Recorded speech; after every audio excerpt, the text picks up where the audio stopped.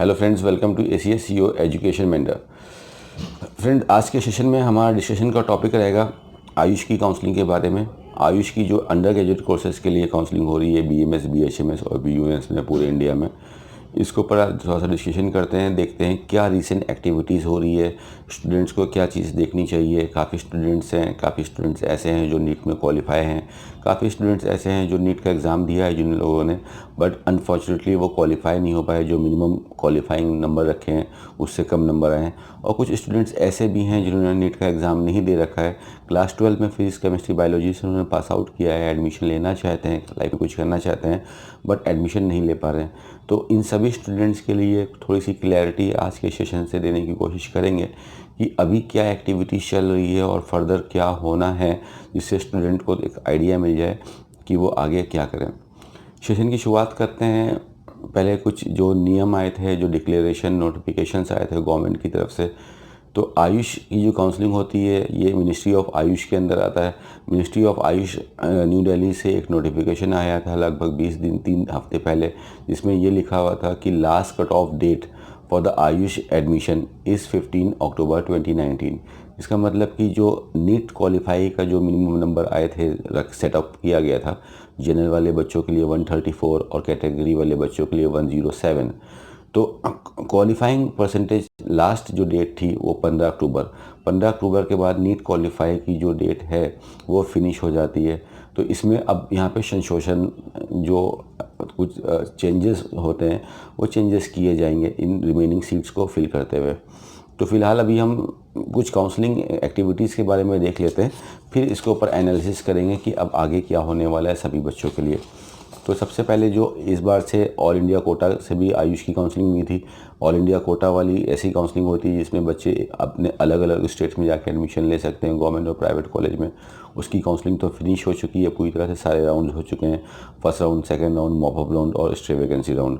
But काफ़ी बच्चे ऐसे थे जिन्होंने उसमें रजिस्ट्रेशन किया था, सिक्योरिटी अमाउंट पे किया था, उनको सीट्स मिली नहीं मिली। तो सिक्योरिटी अमाउंट जो आप लोग ने पेमेंट किया था, अब उसका इनिशिएशन स्टार्ट हो चुका है, अब वो पैसा रिफ़ंड होना स्टार्ट हो चुका है। तो आपको होपफुली, अगर आपने को सिक्योरिटी अमाउंट के लिए आप वेट कर रहे हैं, तो काफ़ी जल्दी आपको वो आपका सिक्योरिटी अमाउंट मिल जाएगा। जिस अकाउंट से आपने पेमेंट किया था उसी अकाउंट में वो वापस आता है, जिस कार्ड से आपने पेमेंट किया था उसी कार्ड में वो वापस आता है पेमेंट। तो पहले कार्ड वाले पेमेंट आते हैं, उसके बाद नेट बैंकिंग वाले पेमेंट आते हैं।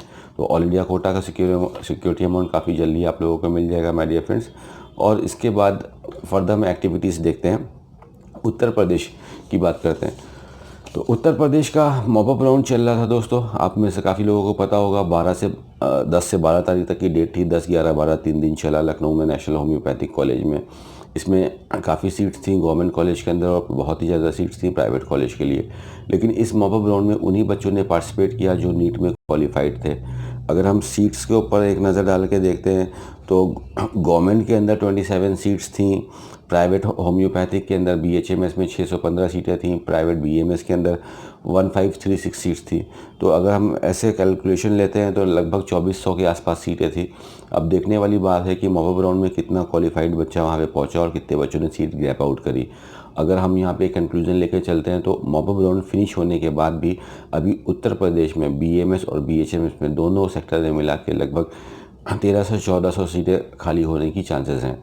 अब ये मॉपअप राउंड कंप्लीट हो चुका, नीट क्वालिफाइड स्टूडेंट फिनिश हो चुके। जितना भी क्वालिफाइड स्टूडेंट था, जिनका लोवेस्ट से लोवेस्ट नंबर थे, जनरल में 134 नंबर भी था, उनको भी सीटें मिल गई। तो अब इन बची हुई सीटों को फिल करने के लिए नए नियम आएंगे, नए नोटिफिकेशन आएंगे। जो बच्चे नॉन क्वालिफाइड हैं, जिन्होंने नीट का एग्ज़ाम दिया है, क्वालिफाइड नहीं हो पाए हैं, कुछ नंबर कम है, या काफ़ी बच्चे ऐसे हैं जिन्होंने नीट का एग्ज़ाम भी नहीं दिया है, जैसे सिंपली क्लास 12 में फिजिक्स केमिस्ट्री बायोलॉजी से पास आउट किया है, तो आप लोगों के लिए भी काफ़ी अच्छे चांसेस है, बिकॉज काफ़ी अदर स्टेट में ये चीज़ हो रही है और पिछले सालों में भी हुई है। तो इन अ डे और 2 यूपी के नोटिफिकेशंस आ जाएंगे कि अब रिमेनिंग सीट्स के लिए ऊपर क्या एक्टिविटी होगी, किस तरह से काउंसलिंग होगी। एक चीज़ समझ लेने वाली है दोस्तों कि जो सीट का अलॉटमेंट होता है, जिसको आप नॉर्मल लैंग्वेज में बोलते हैं एडमिशन की प्रक्रिया, एडमिशन का प्रोसेस, तो जो सीट का अलॉटमेंट होता है, चाहे आप नीट क्वालिफाइड हो, चाहे आप नीट नहीं क्वालिफाइड हो, एडमिशन आपको जो मिलेगा वो काउंसलिंग की एक्टिविटी से ही मिलेगा। कहीं पे डायरेक्ट जाके जो एडमिशन वाला सिस्टम होता है दैट इज़ नॉट वैलिड। ठीक है, उस कंडीशन में you are like responsible for your own cost.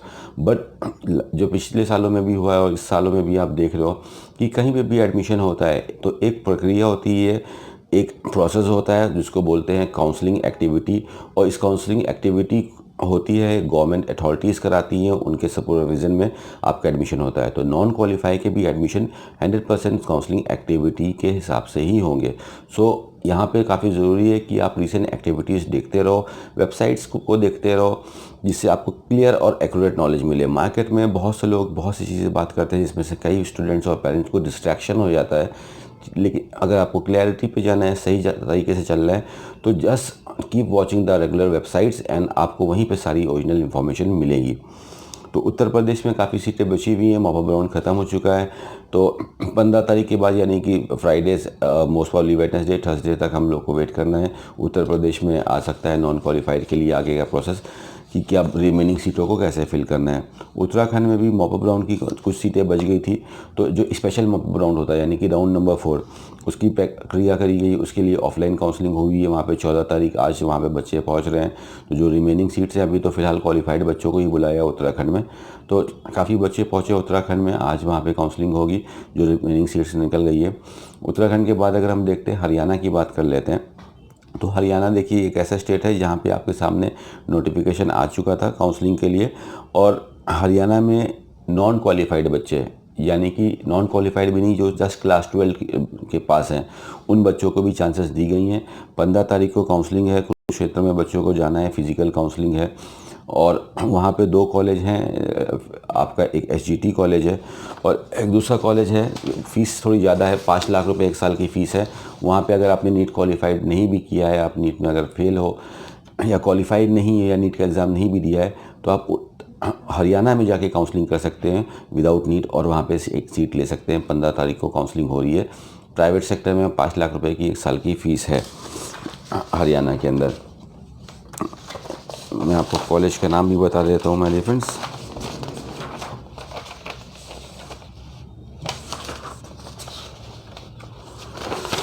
Haryana में अगर आप देखते हो तो बाबा मस्तनाथ आयुर्वेदिक कॉलेज आपका पड़ता है रोहतक के अंदर। इसकी 2.5 लाख हाफ फीस है, यानी कि 1 सेमेस्टर की फ़ीस है, यानी कि 1 साल की फ़ीस आपकी 5 लाख रुपए हो गई। तो बाबा मस्तनाथ में आपका विदाउट नीट एडमिशन हो रहा है। और faculty of Indian medicine SGT university Gurgaon, जिसके अंदर एमबीबीएस भी चलता है, इसकी फ़ीस आपको पड़ेगी 4,30,000 पर ईयर। इसमें भी आपकी काउंसलिंग चल रही है विदाउट नीट। तो अगर आप यहाँ पर एडमिशन लेने के लिए इंटरेस्टेड हैं तो you guys can go to Haryana and वहाँ पर काउंसलिंग करके विदाउट नीट आप हरियाणा में एडमिशन ले सकते हो। हरियाणा के आगे बढ़ते हैं, राजस्थान के ऊपर भी, राजस्थान के लिए भी नोटिफिकेशन आ चुका है। 15 तारीख को वहाँ पे काउंसलिंग एक्टिविटी है। जोधपुर में बच्चों को फिजिकली जाना है। जो बच्चे पहले से रजिस्टर्ड थे वो भी जा सकते हैं, जो नहीं रजिस्टर्ड थे वो भी वहाँ पे जाके काउंसलिंग कर सकते हैं। ये जो स्पॉट काउंसलिंग हो रही है, यहाँ पे आप लोग को सीट मिलने के बाद स्पॉट पे फीस का पेमेंट भी करना है। तो you guys have to carry your cheque book and all in order to make the fee payment, जिसमें आपको कोई प्रॉब्लम ना हो।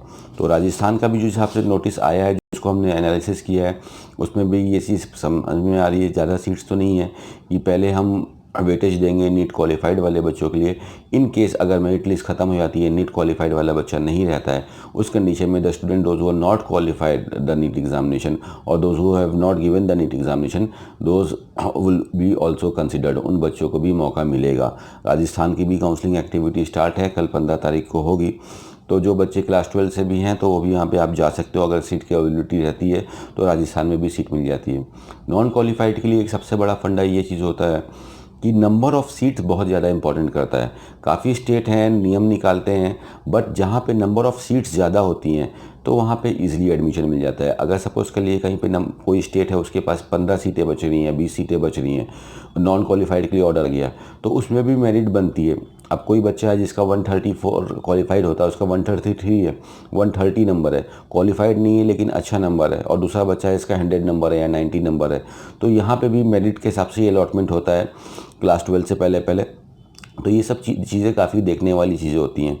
तो आप यहाँ पे भी जा सकते हो राजस्थान में। बिहार में अभी EWS की काउंसलिंग चल रही है। MP में आप काफ़ी ज़्यादा सीट्स आई हैं होम्योपैथिक के अंदर, और इसकी एक्टिविटी चल रही है आपकी। MP में 14 तारीख को आज सीट मैट्रिक्स आ चुकी है, लेकिन MP में अभी नए रजिस्ट्रेशन नहीं हो रहे हैं। जो बच्चों ने पहले फर्स्ट राउंड में रजिस्ट्रेशन कराया था अभी उन्हीं को ही सीट अलॉटमेंट मिल रही है। MP में अगर काफ़ी बच्चे ये भी जानना चाह रहे थे कि हमको सीट मिलेगी कि नहीं मिलेगी, तो MP में अभी जो सीट का सिनेरियो है वो ये है कि गवर्नमेंट में आयुर्वेदिक के अंदर 13 सीटें हैं, गवर्नमेंट में आपका यूनानी के अंदर 18 सीटें हैं, 35 सीट्स हैं, और होम्योपैथिक में 18 हैं। बट जैसे हम बात करते हैं प्राइवेट कॉलेजेस की, तो प्राइवेट कॉलेज में BMS में अभी 371 सीट्स बची हैं, और होम्योपैथिक में 1084 सीट्स बची हैं। तो काफ़ी ज़्यादा सीटें अभी MP के अंदर भी हैं।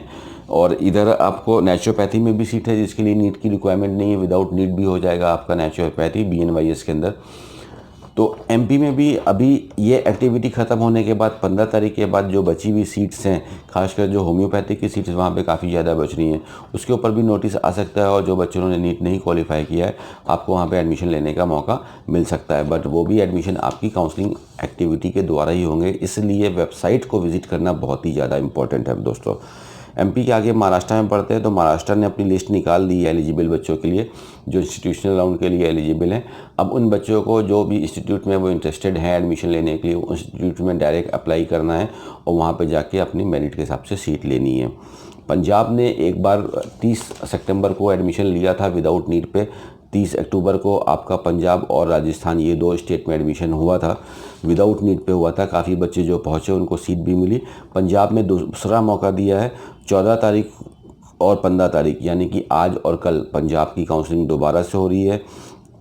आज 14 तारीख को जो बच्चे पंजाब के हैं और या बाहर के बच्चे हैं जो नीट क्वालिफाइड हैं, आज उनकी काउंसलिंग है। और 15 तारीख यानी कि कल की डेट में जो बच्चा पंजाब का है या अदर किसी और स्टेट का है, अगर आपने नीट नहीं भी दिया है, आप क्लास 12 में साइंस साइट से साइंस में PCB ग्रुप से आप पास आउट हो, 50% से ऊपर है, तो भी आप वहाँ पे जाके काउंसलिंग करा के सीट ले सकते हो। कोई नीट की रिक्वायरमेंट नहीं है पंजाब में। एक बार दोबारा से नॉन क्वालिफाइड बच्चों के लिए, और या ऐसे नॉन क्वालिफाइड भी नहीं बोलेंगे, विदाउट नीट स्टूडेंट्स के लिए अपनी काउंसलिंग एक्टिविटी स्टार्ट करी है। तो पंजाब में भी आप लोग को ऑफिशियली जाना है, वहाँ पे फिज़िकली जाना है, प्रेजेंट होना है काउंसलिंग में, और वहाँ पे जाके आपको सीट लेनी है। उसका नोटिस आ चुका है पंजाब की ऑफिशियल वेबसाइट पे, आप जाके देख सकते हो। 15 तारीख को जो एडमिशन का जो रूल आया है उसमें साफ साफ लिखा है कि the students those who have done the class 12 के बेसिस पे उनको वहाँ पे एडमिशन मिलेगा। उड़ीसा की काउंसलिंग स्टॉप कर दी गई थी काफ़ी पहले। उड़ीसा ने अपना स्पॉट राउंड स्टार्ट कर दिया दोबारा से। अभी नीट क्वालिफाइड वाले बच्चों की काउंसलिंग हो रही है आज से वहाँ पे, तो उड़ीसा में भी आप काउंसलिंग के लिए ट्राई कर सकते हो। तो जिस हिसाब से हमने देखा कि अलग अलग स्टेट्स में देखा, तो जहाँ पे अभी नीट, इसमें कंक्लूजन यही निकल के आ रहा है कि जहाँ पे अभी नीट क्वालिफाई स्टूडेंट्स हैं वहाँ पे काउंसलिंग अभी नीट क्वालिफाइड के हिसाब से हो रही है।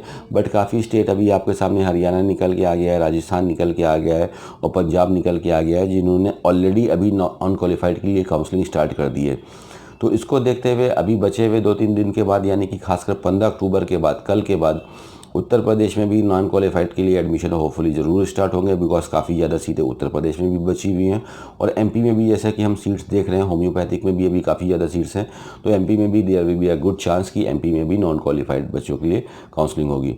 तो फ्रेंड्स, या इस सेशन का अगर हम कंक्लूजन निकालते हैं, इसका निचोड़ निकालते हैं, अगर नहीं समझ में आया काफ़ी लोगों को, तो शॉर्ट में बात कर लेते हैं कि अगर अभी आपका कहीं पे एडमिशन नहीं हुआ है, if you want to take the admission in the BAMS, BHMS और BUMS प्रोग्राम, अगर आप नीट क्वालिफाइड हो तो आपके पास बहुत सारे स्कोप्स हैं, बहुत सारे स्टेट्स ओपन हैं, आप अलग अलग जगह पे काउंसलिंग करा सकते हो। बट अगर आप नीट में क्वालिफाइड नहीं हो या नीट का एग्ज़ाम नहीं भी दिया है, तो अगर आप कल भी चाहो तो कल भी जाके आप पंजाब में काउंसलिंग करा सकते हो, हरियाणा जा सकते हो, कल हरियाणा में काउंसलिंग चल रही है, हरियाणा में सीट ले सकते हो, उत्तर प्रदेश में सीट आने वाली है, तो काफ़ी ज़्यादा जगह है। बट यहाँ पे प्रॉब्लम क्या होता है, बच्चों को, ज़्यादातर स्टूडेंट्स को प्रॉब्लम क्या होता है, पेरेंट्स को प्रॉब्लम क्या होता है कि होम टू ट्रस्ट, किस पे भरोसा करें, because in the market they are plenty, काफ़ी सारा सोर्सेज है इंफॉर्मेशन की। कॉलेज कुछ और बता रहे हैं, कुछ लोग अलग बता रहे हैं। तो सही रास्ता क्या है जिससे आप लोग को प्रॉब्लम ना हो? सही रास्ता जो ऑफिशियल वेबसाइट हैं, जो काउंसलिंग अथॉरिटीज़ हैं, उनके नोटिस आते हैं, आप उनको देखो, वेबसाइट्स को देखो और काउंसलिंग का प्रोसेस फॉलो करो। काउंसलिंग का प्रोसेस आप फॉलो करते हो बिकॉज काउंसलिंग में गवर्नमेंट आपको सीट अलॉट करके दे रही है। इफ़ इन केस कोई प्रॉब्लम होती है, कुछ कॉलेज में एफिलिएशन जाता है, तो गवर्नमेंट की रिस्पॉन्सिबिलिटी होती है कि उस बच्चे को दूसरा कॉलेज अलॉट करा के दिया जाए। सो ये था आज का सेशन। काफ़ी बच्चे इंतज़ार कर रहे थे कि नॉन क्वालिफाइड के लिए क्या होगा। सभी के लिए रूल आ चुका है, क्वालिफाइड के लिए, नॉन क्वालिफाइड के लिए, विदाउट नीड के लिए। Admission is going on in the various state but that is going on through the counselling. तो आप काउंसलिंग का प्रोसेस स्टार्ट करिए और अच्छी तरह से सीट लीजिए। तो ये इसी के साथ हम अपने सेशन को ख़त्म करेंगे यहाँ पे। और अगर आप लोगों को अभी भी प्रॉब्लम हो रही है, समझ में नहीं आ रहा है कि क्या करना चाहिए, किस हिसाब से ले, तो you can take our mentoring services. आप ACS की मेंटरिंग सर्विसेज ले सकते हैं। उसमें हमारी टीम आपको गाइड करेगी on the basis of your scores and on your domicile, आपको कैसे करना है, कैसे प्रोसेस करना है कि आपको एक लीगल वे से, जेन्युइन तरीके से एक सीट मिल सके। सो आप हमसे कांटेक्ट कर सकते हो, हमारी सर्विसेज ले सकते हो उसके लिए। एनीवे बाकी हमने आपको जनरली सब बता दिया है कैसे काउंसलिंग होती है। आप इस प्रोसेस समझ भी गए हो तो आप इस प्रोसेस को सही से इम्प्लीमेंट करो और अच्छी तरह से सीट ले लिए। So this is all for today, friends. All the best for your counseling and do well in your life, and thank you.